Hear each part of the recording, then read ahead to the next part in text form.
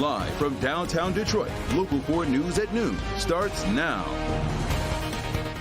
Classes are back in session at Eastern Michigan University this noon after an overnight deal was struck with professors.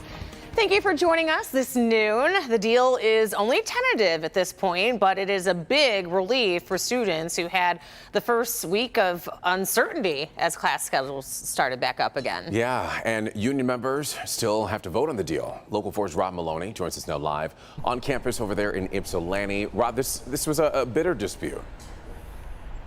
Well, it was tough. I wouldn't call it bitter. They just had some nasty things to say back and forth. But in any union negotiation, you're going to have that, certainly. And it's quiet out here on the EMU campus today. They've been very noisy here on the spot where we are right now for the past, well, it's almost week now, because they were picketing. They picketed all weekend out here. And it was just a couple of steps over here in Boone Hall where they've been talking all weekend. And if you recall, on Friday, they went ahead and they did what they could to keep talking. And as a matter of fact, they tried very much to get a deal, but they were working in a very difficult environment. They had a 5-year deal on the table, university offering a 6% initial raise, then 2%, and then 2.5% over a 5-year period. Well, it turns out that over the weekend, they were able to get themselves a 4-year contract, but really a 3-year deal with a fourth year as a salary reopener. Those are the details that we've been able to glean so far today. They had been fighting over health care and what to do and how to pay for that. And they're not talking necessarily about what it is that they were able to do there.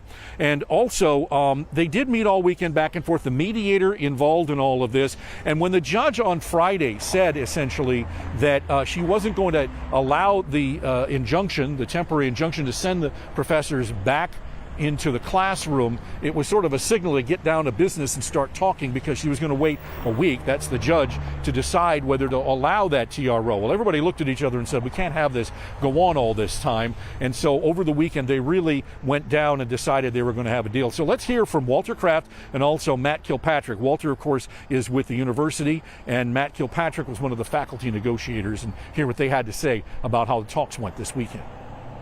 Teams worked really hard all weekend long, and we called it a marathon bargaining session, and that's really what it was. Saturday night they were here till after midnight.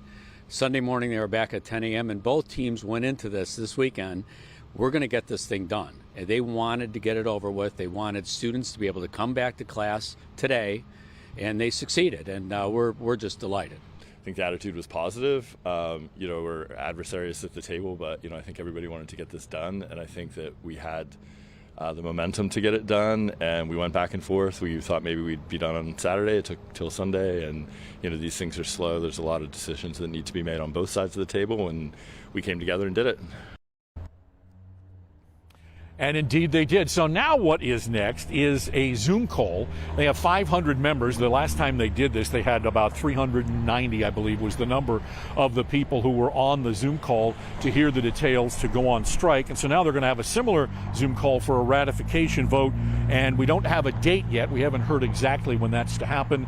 But as things stand right now, it looks like they've got a tentative deal. Things are back to normal out here on the campus. And if we hear about a vote, we'll certainly pass that along. So for now, reporting live in Ypsilanti, Rod Maloney, Local 4. All right, Rod, thank you. In other news here at noon, students at Lincoln High School in Warren were sent home early because of a threat on social media. Warren police say the decision was made out of an abundance of caution. They're still investigating that threat right now, so we'll let you know once we get more information.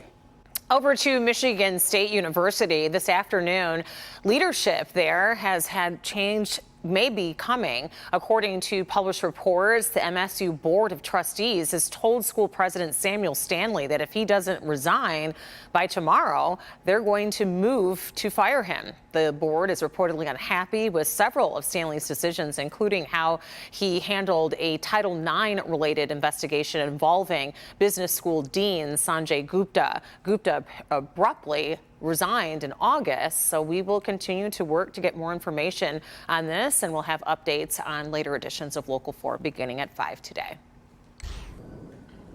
All right, we want to turn now to your 4-1 weather. After a wet weekend, we might even be in for some more rain tonight. Yes, and it wasn't a washout for the weekend, but Brandon and I was just outside moments ago and felt a few sprinkles downtown. Low clouds, you know, a little unpredictable, sometimes just squeezing out a little spit and drizzle here and there. Most of our day should be on the drier side, but not a real pretty day and not a real warm one either. You can see it's 70-ish. Up in Lapeer and Port Huron, only 62 at Metro, Ann Arbor, and Howell right now. They're getting a little more sun to the north, so temperatures are responding. And really, that's what we'll rely on just to get in that 70-degree range today. Exact track 40 radar showing nothing. There are a few showers coming north of London, Ontario, racing north over Lake Huron. But for us, low 60s to middle 60s the next couple of hours with little peaks of sunshine and near 70 degrees through the afternoon. We are tracking a little more rain out to the west, so that'll be with us later tonight, guys, and we'll take a closer look at this coming up. Brandon, thank you. Right now, the UK is continuing to pay tribute to the late Queen Elizabeth. You're looking live right now outside of a church service in her honor. The Queen's flag-draped coffin was brought to the cathedral in the historic heart of the Scottish capital for a service of thanks for her 70-year reign. And today, for the first time since her death, a grieving Commonwealth had its first chance to say a personal goodbye. And shortly before the church service, King Charles III gave his first speech to Parliament as king. He referenced his mother's devotion to her people and the constitutional government. This vow she kept with unsurpassed devotion. She set an example of selfless duty, which, with God's help and your counsels, I am resolved faithfully to follow. And Jay Gray joins us now from London with a closer look at what comes next. Jay? Hi there. King Charles III in his first address as monarch to the Houses of Parliament just behind us here. A brief speech this morning honoring his mother, Queen Elizabeth, but also seeming to recognize the magnitude of the moment, saying at one point, and I'm quoting here, "I cannot help but feel the weight of history which surrounds us." He's traveled to Edinburgh now with the Queen Consort. He joins his brothers and sister and other members of the royal family for a service at St. Giles Cathedral, a service of thanksgiving for the Queen's life. Queen Elizabeth's coffin will lie in state at St. Giles for 24 hours of public viewing before making her final trip to London tomorrow, ahead of 4 days of public viewing here at Westminster Abbey, and of course her funeral a week from today. That's the latest from here in London. I'm Jay Gray. Back to you now. All right, Jay, thank you. This morning, Prince Harry released a statement on his grandmother's death. He thanked her for her commitment to service, sound advice, and an infectious smile. Right now, we're working to get more information about 2 serious crashes from overnight. Yes, in Chesterfield Township, a person was hit by a car at Gratiot and 23 Mile. Sky 4 was over the scene this morning. Police say that the person did survive, but we don't know about the extent of injuries or the circumstances that surrounded that crash. On Detroit's east side now, a driver is in critical condition after this crash. This is the aftermath of it. Police tell us the driver of a 3-wheeled car ran a stop sign and was hit by an SUV right near 7 Mile and Hoover. The driver of the SUV stayed on the scene. Police are still investigating. Gas prices are down in Metro Detroit, but they are going up in other parts of the state.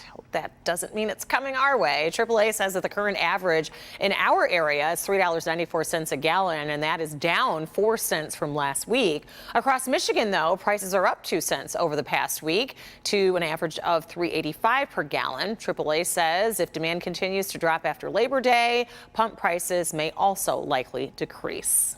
Key deadlines this week in the search of former President Trump's Mar-a-Lago home. A judge has ruled a special master should go through the classified documents seized from the Florida estate. The DOJ says it needs the documents now as a matter of national security and is appealing the ruling.